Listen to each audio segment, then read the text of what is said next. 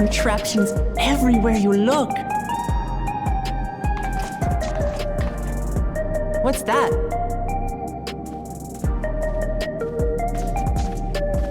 An infusion station. It dispenses souls in exchange for credits. Through hard work, citizens can obtain the peace of mind provided by spare souls. It's the way of life for Alexandrians and has been for quite some time. But I imagine it must be difficult for outsiders to comprehend. That's putting it lightly. To be honest, it sounds disturbing.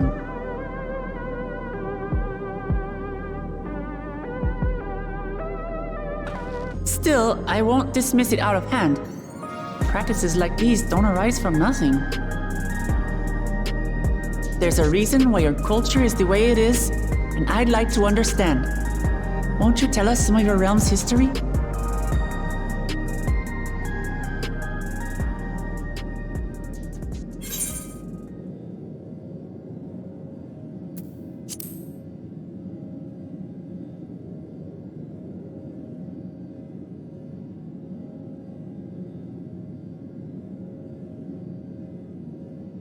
Very well.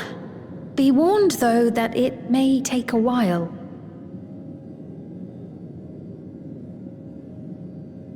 In the distant past, over 1,000 years ago, it's said, lightning energy began to swell in our world. According to ancient records that date back around 8 centuries, the rainy season spanned a quarter of the year, during which time severe thunderstorms ravaged the land. 4 centuries later, this season had lengthened to nearly half the year. The trend continued, with our ancestors spending longer and longer languishing beneath storm clouds. Crops failed and livestock starved.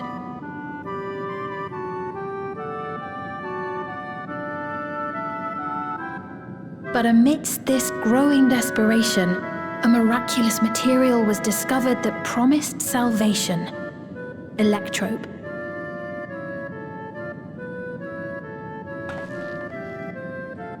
The stuff that's used everywhere here.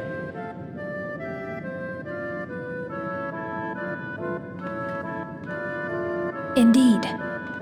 One day, when out inspecting a forest after lightning had caused a fire, a villager came upon a curious black ore none had seen before. Testing revealed that the ore possessed a singular property. It could store lightning and convert it to other energies. In that instant, the scourge of endless storms became a blessing. Dubbed electrope, the ore found use in myriad inventions and dramatically improved people's lives. So much so, in fact, that all nations soon became dependent upon it, despite the difficulty of obtaining it in quantity. Supply was chronically scarce, and when nations couldn't meet their needs with their own deposits, some resorted to taking electrope from others. Fighting was isolated and sporadic, until electrope came to be used in warfare. First in the weaponry of invaders, then in the countermeasures of defenders, and then in every aspect of combat where an advantage might be had. This served only to exacerbate the ore shortage, leading to further escalation. Before long, the entire world was engulfed in a terrible war known as the Storm Surge.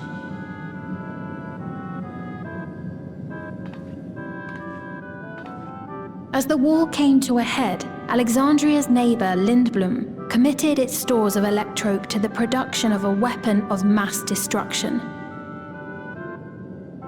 They deployed it on the front lines and triggered a calamity of frightful magnitude. Not even their own scientists had anticipated the force of the lightning that was unleashed.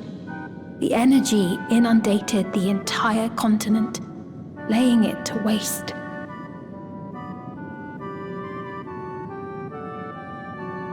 So that's how your world came to be this way.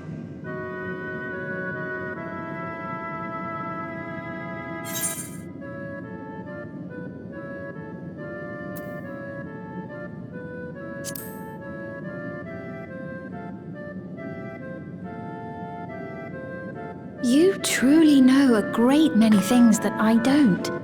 I should like to learn about you too sometime.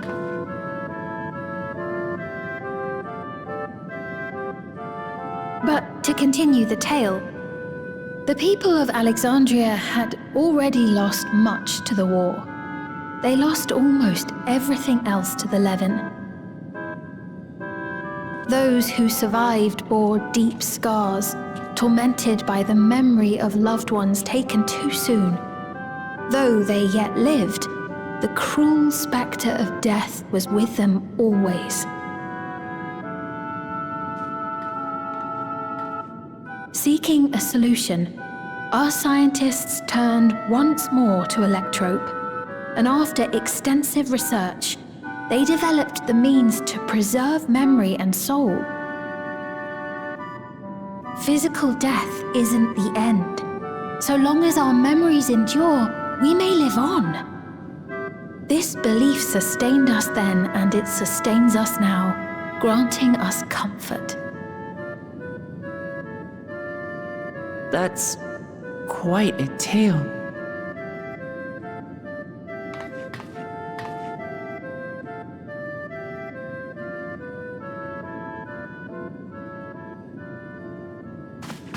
Your Majesty, help me! I beg you, help me! What's the matter? I've got no souls left. Not a single one! But the lot at Soul Supply refused to give me any!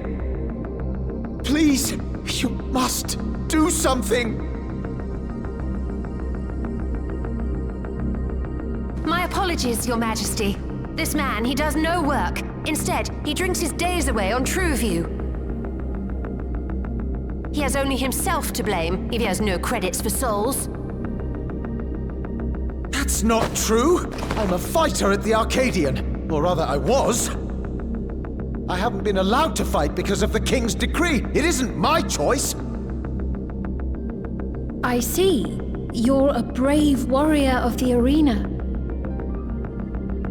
I want to help you, I sincerely do. But I cannot give you preferential treatment. Then open up the Arcadian again, so I can fight! I'm sorry, but that's not my decision to make. The king requires feral souls for war. He doesn't wish for them to be expended on amusements. You're useless! A queen in naught but name!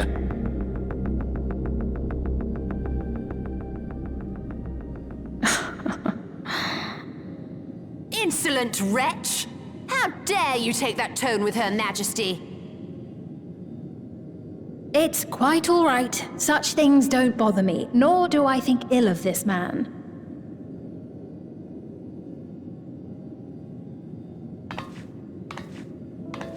Hear me. Though I cannot grant you a soul, I mean it when I say I want you to live. I love all of you equally, dearly. You are as family to me, and it pains me to see you deny yourself hope. I want you to find a happiness all your own, even if you must grow it from the smallest seed of joy. Out there, somewhere, is a reason for you to smile again. We all need to vent our frustrations from time to time. I will always be willing to lend an ear. Yes, Mum. Of course. Even without a spare soul, I suppose I'm fine as long as I stay in Solution 9.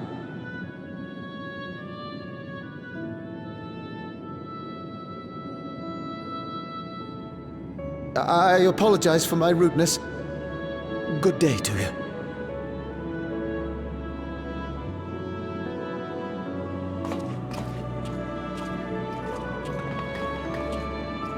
Keep your chin up, my friend. And when you feel better, I'm sure you'll find another way to apply your talents.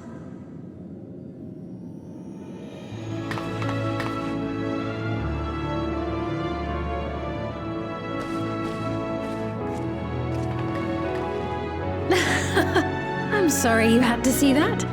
Let's keep moving, shall we?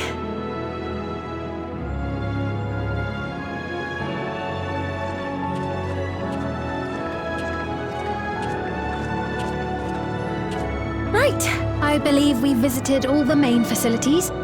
With that, I declare our tour concluded. That man from before, does that sort of thing happen often?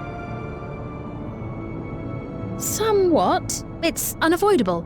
Hardships are a fact of life. Our soul management system has sustained our realm for generations, but it isn't without flaws. For one, people have become accustomed to having spare souls. Without them, they feel vulnerable and anxious. Some claim it may also have contributed to a decline in births.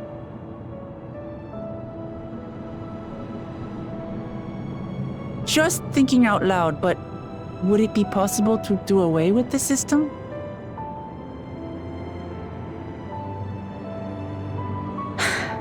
No.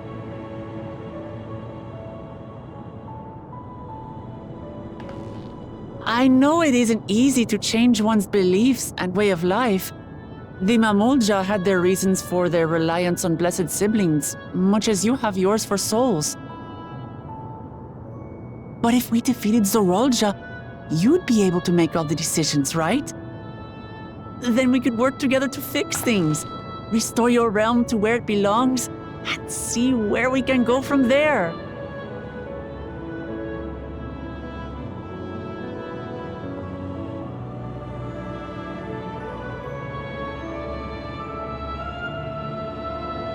Listen to me. There's something that I need to tell you.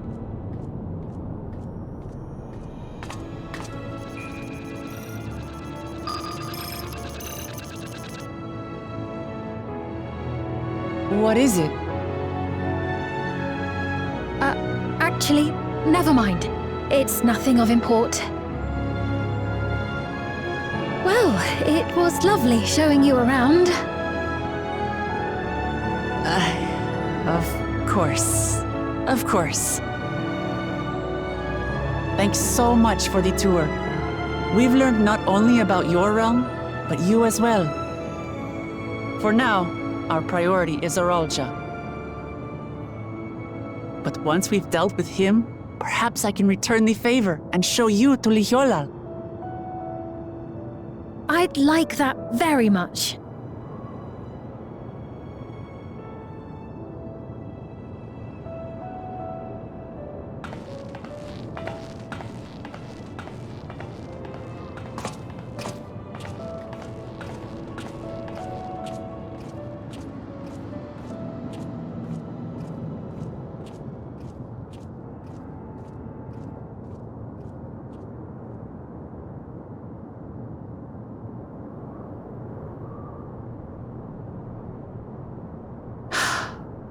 It seems I've no choice but to continue down this path.